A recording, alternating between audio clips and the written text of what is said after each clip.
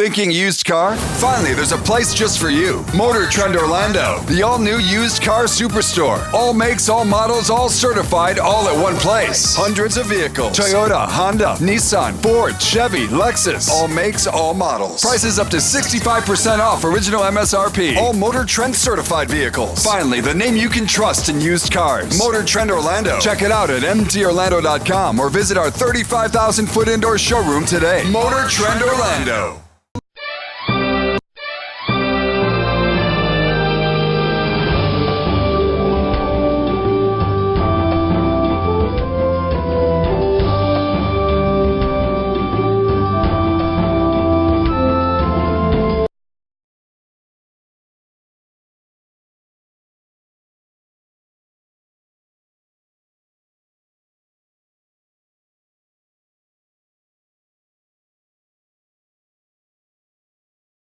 Hi, welcome back. Of course, I'm here with Anthony Suarez. We're going to go back and talk about his current organization and what he's doing since his so-called semi-retirement. Okay. Tell me a little bit about what you're doing right now. You started telling me about the dealing with Puerto Ricans coming from the island. Right. How has that been in terms of trying to raise funds so that you could do your legal thing too? Yeah. Well, you know, thank God, I've had a long legal career. This year will be 43 years as an admitted attorney. And so I decided that I need to slow down on the litigation side. Right. I still consult. I still have a mortgage company and a real estate company, and I'm a title agent. So we still do quite a bit of real estate work. However, as for the litigation, I've reduced that so that I can spend time with this project, which is the Legal Services Clinic, which I indicated earlier was a result of the hurricane and what we're working with. Now, luckily, I have good political connections, which was able to get through a Republican Senate, okay, and a Republican administration, but wait, let's signed by Rick Scott. You're a Republican now. You are also a Republican. Okay. So. And so they signed. Those for are me. friends of yours. They see, if you're friends, they take care of you. If you want to be my enemy, then hey, it's not going to work, right? So you know, we raised the money and was able to hire lawyers. I have 4 lawyers on staff. I have lawyers in Miami. I have a lawyer in Kissimmee and 2 lawyers in Orlando, not including myself. Right. So we're 5, all of us all together. So we're doing all sorts of stuff, not just cases, but we're also doing legal education. We're starting this month publishing a series of continuing education courses, both that are approved by the Florida Bar and those that are just going out to the community. It'll be on our website and the Facebook. The Puerto Rican, it's called the Legal Services Clinic of the Puerto Rican Community, the actual corporate name. Okay. But we're doing a lot of good things to try to help the community. Right. A lot of people might say that because of the storm, we had a lot of Puerto Ricans from Puerto Rico that allegedly were supposed to come in here temporarily and now have decided to stay. And this big backlash thinking that Puerto Rico is not part of the United States. Have you encountered that back prejudice? Statistically, you know, we had over 100,000 from leave the island, over 50,000. I'm told, this is statistics from the University of Central Florida, who have been conducting these studies. Over 50,000 have stayed in Florida. Okay. That is a significant number when you consider, from a political point of view, that you know, Governor Scott, for example, who's now Senator Scott, won his election over Nelson by 0.7% of the vote. Yeah. You know, and George Bush in the year 2000 won his presidency, won Florida by 500 votes. Right. So when you talk about 50,000 new voters, which are citizens already, the minute they land, they're eligible to vote. This is significant. So you think that 2020, I think the Puerto Rican vote is going to be very significant. Puerto Ricans by nature are conservatives. A lot of people say they go Democrat, but that's not necessarily true. That is correct. I have found that they are conservative on certain issues, mostly social issues, particularly questions of abortion and faith and so forth. But when it comes to spending, they're considered more on the liberal side, and so that they're not necessarily fiscal conservatives. Now, you have the distinction of working with Latino Justice. Please tell me how you guys get together and work things out. Okay. Well, Latino Justice is in the building right next to where the legal clinic is. Right. And the legal clinic deals with individual problems, an eviction, Right. A divorce, child support. Latino Justice deals with issues. So when you get fired because you're being discriminated, or you get fired because you're speaking Spanish, that's an issue related that is an impact legislation type, and that's the kind of case Latino Justice. So actually we exchange and meet on a regular basis at our offices. I'm always curious about how people, like your program, for example, right now, you're saying you're teaching lawyers. People will say we have too many lawyers. Okay, so what makes Latino lawyers different?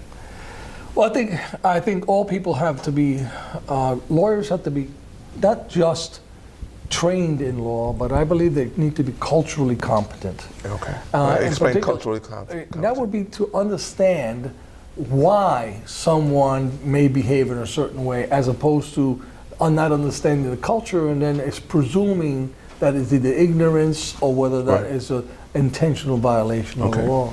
So that a lot of that comes, for example, in child abuse.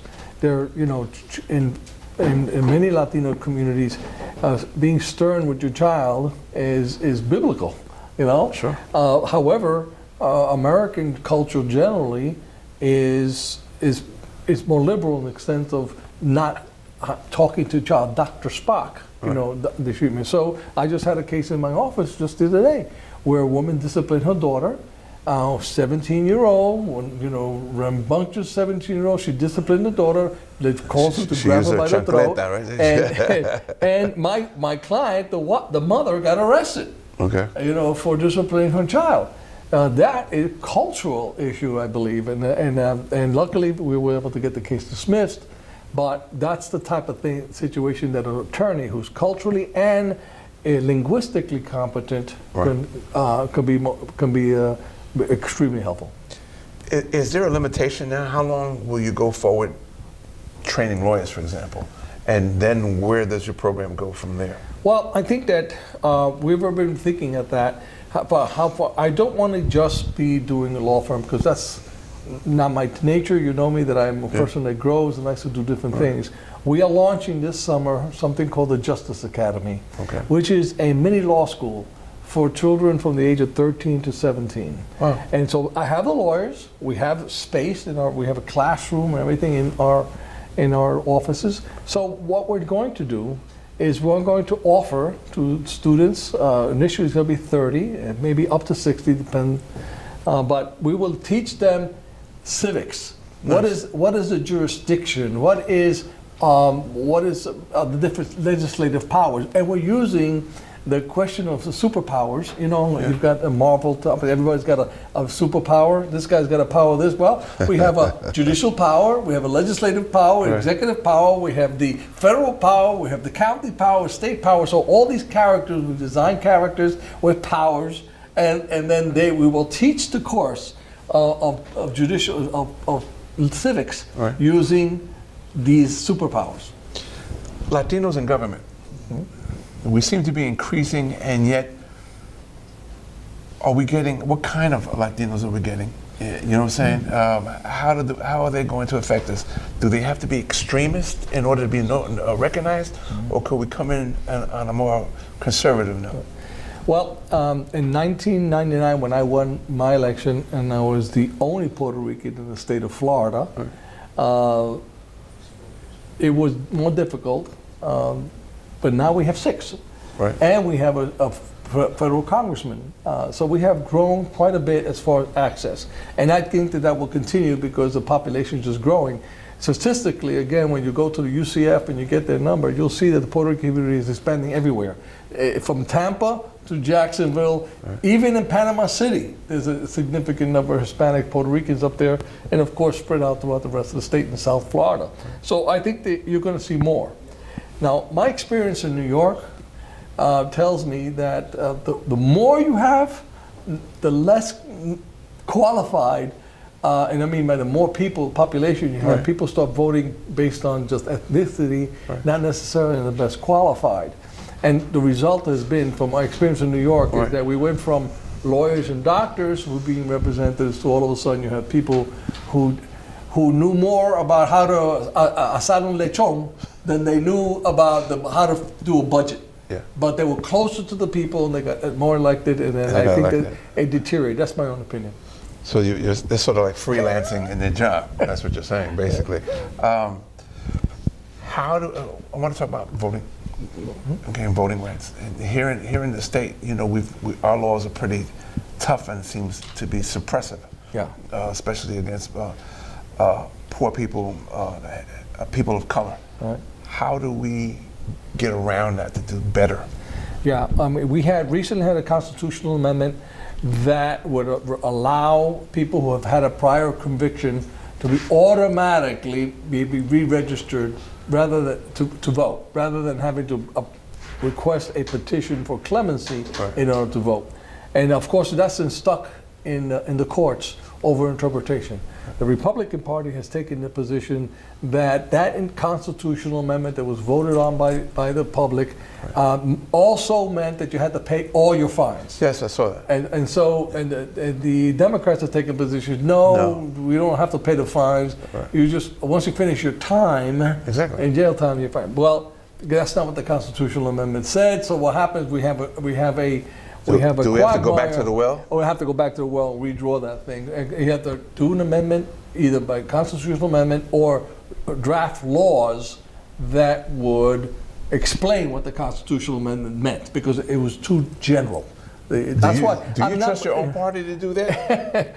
Do you trust your own party to go I tell you something that I believe that if you talk to people, you said Hispanics were traditionally more conservative. Yeah. I do not believe that voter suppression is any way of gathering support. Education is to do it. If you tell someone, why are people from Puerto Rico leaving Puerto Rico coming here? Because Puerto Rico's government is perceived corrupt, because Puerto Rican government is perceived to be promising empty, and they bankrupted. They promised so many things to the public that the whole place went bankrupt. Well, if I'm fiscal conservative, which I am, I'm going to tell to the Puerto Ricans from the island, don't vote for someone who's promising you free Medicaid, free schools, free Wi-Fi, free everything, because that's what happened to Puerto Rico. Talk to the Cubans, to the Venezuelans, all of them have been fleeing their country, not because they wanted to leave their beautiful islands or nations. They had to because of the corrupt and ineffective governments spending. So I think the best way of attracting voters is not by trying to prohibit them from voting or creating a more difficult voting, but educating them as to why are you here? Because you left a government, and the guys who I'm running against are promising you the same thing that you got in Puerto Rico. Now you lost your tongue, huh? Yeah, that's interesting. That's an interesting viewpoint, because what you're saying, though, that they flee these countries because of corruption, and yet we're in a period in our country where allegedly we have corruption and misdeeds going on. So, are you saying that we're facing the same effects that has happened to these other places? Let me tell you something. I remember Marco Rubio campaigning on the question, we are an exceptionalism, American exceptionalism. This is a great country.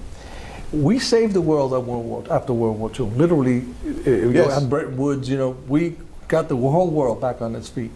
That was our greatest moments. But to take us down to the point where it's okay on an interpretation for the President of the United States to put a hold on military assistance that was approved by this Congress as foreign policy, to say, I'll do it only if you help me personally, has taken the United States politics down a level, in my opinion, below what we use, so that we can no longer hold the high ground. We cannot accuse the Castro regime or any regime guilty of corruption if we ourselves go down that route. Real quick, is he guilty? Of what? Of of being impeached? Can he be impeached? Real quick. I Yes think or he no? will be impeached, but I don't think he'll be convicted. Okay, real fast. Before we go, we got like seconds left. How do people reach you? You can call our office at the Legal Services 407-600-2065. Thinking used car? Finally, there's a place just for you. Motor Trend Orlando, the all-new used car superstore. All makes, all models, all certified, all at one place. Hundreds of vehicles. Toyota, Honda, Nissan, Ford, Chevy, Lexus. All makes, all models. Prices up to 65% off original MSRP. All Motor Trend certified vehicles. Finally, the name you can trust in used cars. Motor Trend Orlando. Check it out at mtorlando.com or visit our 35,000-foot indoor showroom today. Motor Trend Orlando. Hi, I'm Jose Miranda. This is Hispanic Speaking Out TV. Tonight, I have the honor and pleasure of being with Anthony Suarez, who, among most of his titles, and he has a lot of them, believe me, ladies and gentlemen, the Suarez Associates, Law Associates, and Director of the Legal Service Clinic. And good evening, good afternoon. Good afternoon, Jose. Thanks for the invitation. It's been a while. It has been a while, yes. It's been a while. What you been up to? Well, a lot of things, as you know, I'm an active person and I like to do things. But since last we spoke, we had a Hurricane Maria in Puerto Rico, and that motivated us because at that time I was president of the Puerto Rican Bar Association of Florida. And that motivated me to start a legal services clinic for those people who are indigent, cannot pay for an attorney, because what happens, we had an influx of over 50,000 people from the island coming to Puerto Rico. Sure. Many of them came with nothing. And then they found themselves being evicted. They found themselves losing their pay stubs. They found themselves to have child support payments. They have custody matters, a plethora of legal issues. And at that point, as the president of the bar, I decided that we could do something.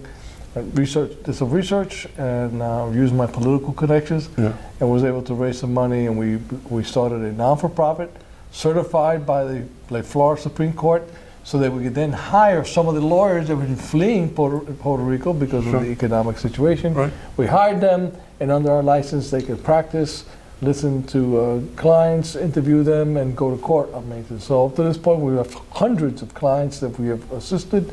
We have an office in Miami, we have an office in Orlando, and recently we opened an office in Kissimmee. Congratulations. So it's something been very fruitful, been enjoyable, and so that's what I've been up to. Okay. You forgot to mention when we were talking off air that these lawyers are also studying for the bar here. Correct. So what happens is they can work for us and see clients and go into court, but the condition is that they end up having to take the Florida bar. Eventually, they have to do within a year. Okay. So they study for the bar, and we've given stipends Nice. to them so they can study. Okay, that's great. I have a whole bunch of stuff I want to cover. Okay. But let me start from the top of my list, okay? You know that the upper courts have made a decision that the McCann from the White House has to testify. And what do you think about that? Well, first, classification of upper courts. No, it's not an upper court. It's a district court, a federal district court. All right. So maybe upper to the extent that it is a federal court, but it's actually the lowest level. Okay. So while I think that decision is correct, it appears the president is going to continue to appeal. It uses all his powers to stop all power of Congress. On his interpretation, then the president is king. And then he will stop this until it gets to the Supreme Court. In fact, a decision that came out of the circuit in New York, where it required the president to turn over his tax, actually required the tax preparers, companies, his CPAs, to turn over. It was stayed by the Supreme Court until December 5th. Because he's trying to get the Supreme Court to pick it up. Right. He's hoping the Supreme Court, of which he has more influence over having appointed two judges, that he believes that they will protect him. You think he's trying, along with the rest of the Republicans of the Senate, is trying to kick the ball down the road so that it buys them more time? I'm going to start off with giving them the benefit of the doubt that somehow they believe what they're doing is right. Okay. And that would be to protect the the independence of the president. But what he's doing, in my belief, that is the president and the Republicans are making the nation believe that our system is broken and that it should not be trusted. Because he, the president himself, is going out telling people this is fake news. That no one at this point knows what is fake and what's not fake, because the president is breaking up the country in section. And we have him denouncing the FBI. He's denouncing the CIA. And you have, it's interesting, Jose, because when as a criminal defense attorney in my younger years, I often would go into court with a jury and try to convince the jury the cops are lying. Those drugs on my client, like cops put it there. Now, is that right? You could do that when you have a sympathetic jury. Sure. So, like in the South, you're not going to get very far with that. But up north in New York, that was very common because a lot of the population did not trust the police. Well, at this point, with the president arguing that you can't trust the FBI and you can't trust the CIA, it looks like at this point lawyers could go into federal court and just say anything and just say, don't believe the FBI. If the president doesn't believe him, why should you? That's true. That's true. But we had Senator Kennedy, Republican. He was asked on the Fox News channel whether the Ukrainians or Russia interfered with the DNC, and he said he didn't know. And the FBI says they directly gave him a briefing. Directly gave him a briefing, a point A to point B. But he's not the only Republican that seems to be in some sort of vacuum that, as you were mentioning, they don't believe the facts anymore. The new storyline. Again, is this a Republican thing? No, I just happen to think it's a political thing, because you may recall when Clinton was being impeached, Clinton lied to the grand jury. He lost his law license as a result of him lying to the grand jury, and he was disbarred. Yet, Democrats did not vote to impeach him or to convict him. He was impeached by the House, but he was not convicted, despite the fact that he committed a crime. And he's a president and he's a lawyer. So it gets to the point where who believes what anymore? Is there any rule? Is there any justice here? The question is perception, because if we pay our taxes in this country mostly voluntarily. Why? Because we perceive it's the right thing to do. But when everyone starts believing, no, this is fake, this can't do it, I don't believe the cops, I won't believe Comey because he's a bad FBI. They're good FBI agents and they're bad FBI, depending on whether you're Republican or Democrat, we lose credibility. Our system loses credibility. That's where we're going at the moment, and probably at the lowest level ever. The highest law officer in the land is currently looking at conspiracy theories all over the country.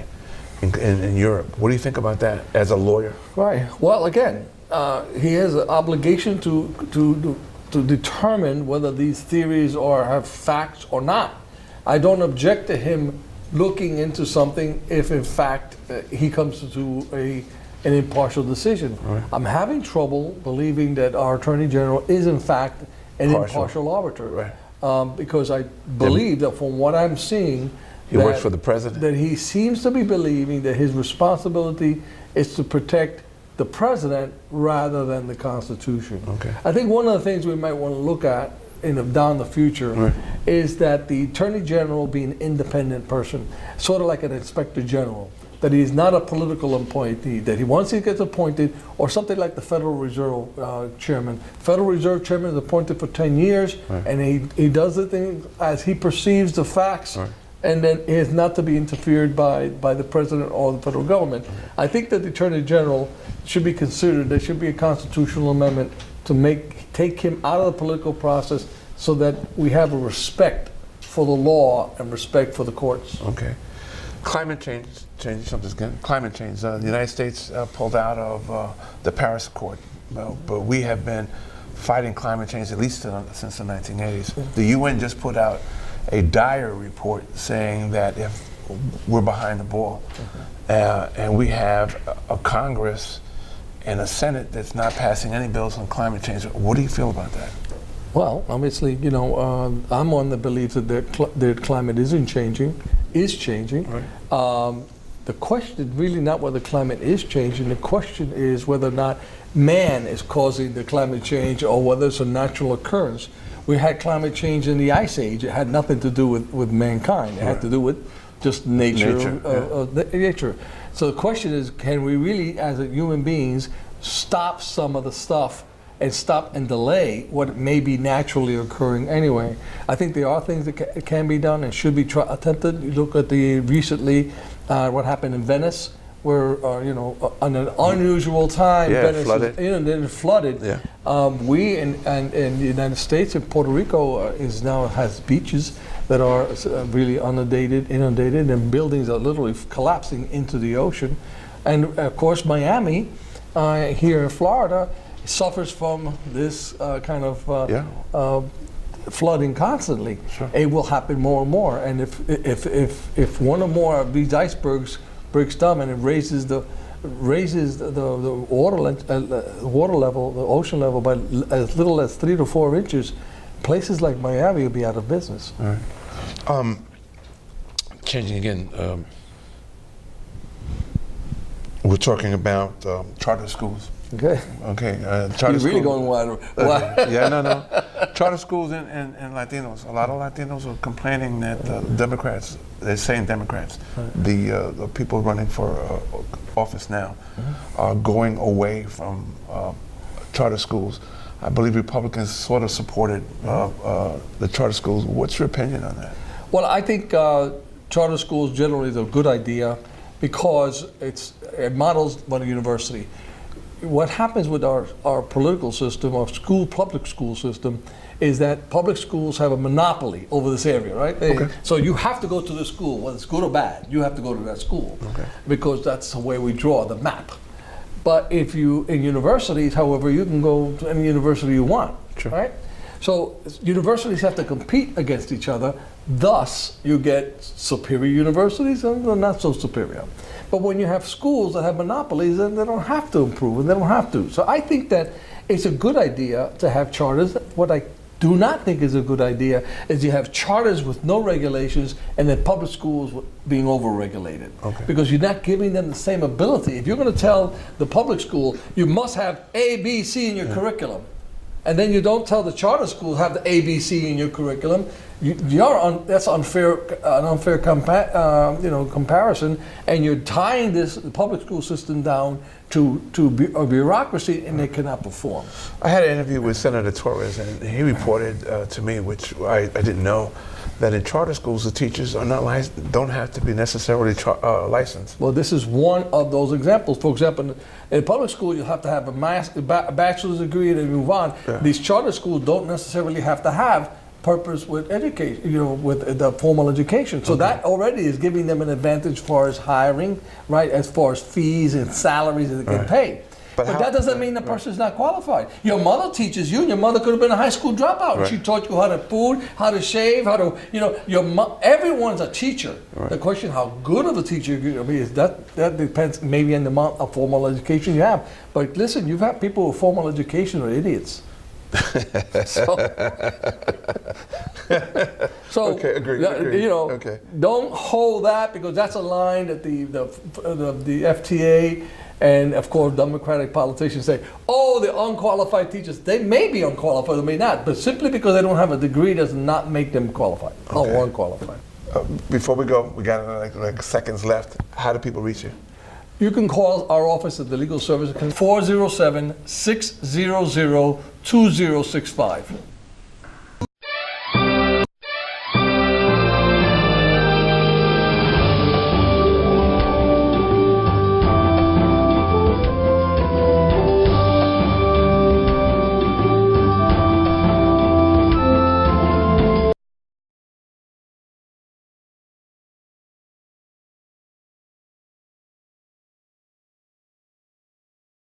Thinking used car? Finally, there's a place just for you. Motor Trend Orlando, the all-new used car superstore. All makes, all models, all certified, all at one place. Hundreds of vehicles. Toyota, Honda, Nissan, Ford, Chevy, Lexus. All makes, all models. Prices up to 65% off original MSRP. All Motor Trend certified vehicles. Finally, the name you can trust in used cars. Motor Trend Orlando. Check it out at mtorlando.com or visit our 35,000-foot indoor showroom today. Motor Trend Orlando. Her mother couldn't believe her. She is the child I am for. I am a volunteer child advocate. I am you. Florida residents call toll-free 866-341-1425.